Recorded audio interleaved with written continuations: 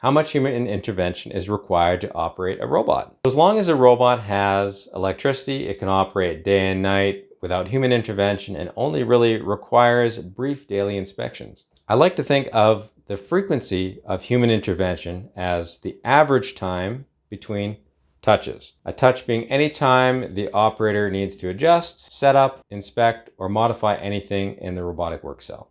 Typically, manufacturers want to maximize the time between touches. This depends on many different factors. Batch processes will require more frequent intervention and touches, but typically offer more production flexibility. The capital investment in the automation equipment is often less. For a continuous line, you're going to be expecting more investment into automation and automation equipment. However, you're going to have a lot less touches or interventions required in the process. Another factor that affects the frequency of intervention is if you have a feedstock or fluids or lubricants that can run out. So if you can refill the feedstock on the fly, then you can increase the time between interventions. But if you can't, the operator will need to refill the feedstock or the raw stock during regular intervals. If it's not possible to refill as you go, it's best to ensure that there's enough feedstock for a full shift, whether that be 4, 8, or 12 hours, for example. Another factor that affects time between interventions is consumable tooling. If you have consumable tooling, this will decrease the time between touches, and an operator will have to step in to replace the tooling.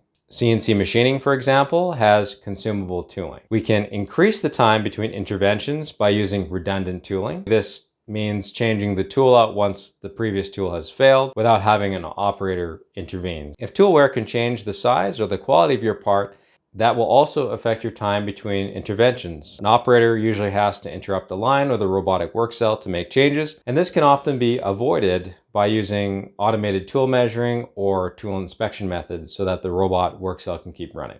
In CNC machining, for example, this is called wear compensation. Another factor that affects the time between touches is the complexity of the robot motions. If the robot motions are very simple, that will increase the time between touches. But if they're very complex, it might cause more stress on the robot dressing, for example, or the cables, and this will decrease the time between touches. Complex motions may be necessary for some processes, and they may also be necessary to increase the agility and the flexibility of production, but it'll also have a negative impact, of course, on how often you need to intervene. So the short answer to the question is that the amount of human intervention really depends on the process design, process constraints, and the nature of the material inputs into the robotic work cell. Typically, human intervention is necessary because of these constraints and not for robot maintenance reasons. Thanks for watching. Please share this with another business owner that can benefit from this information. And if you're looking for more content geared at automating your manufacturing business,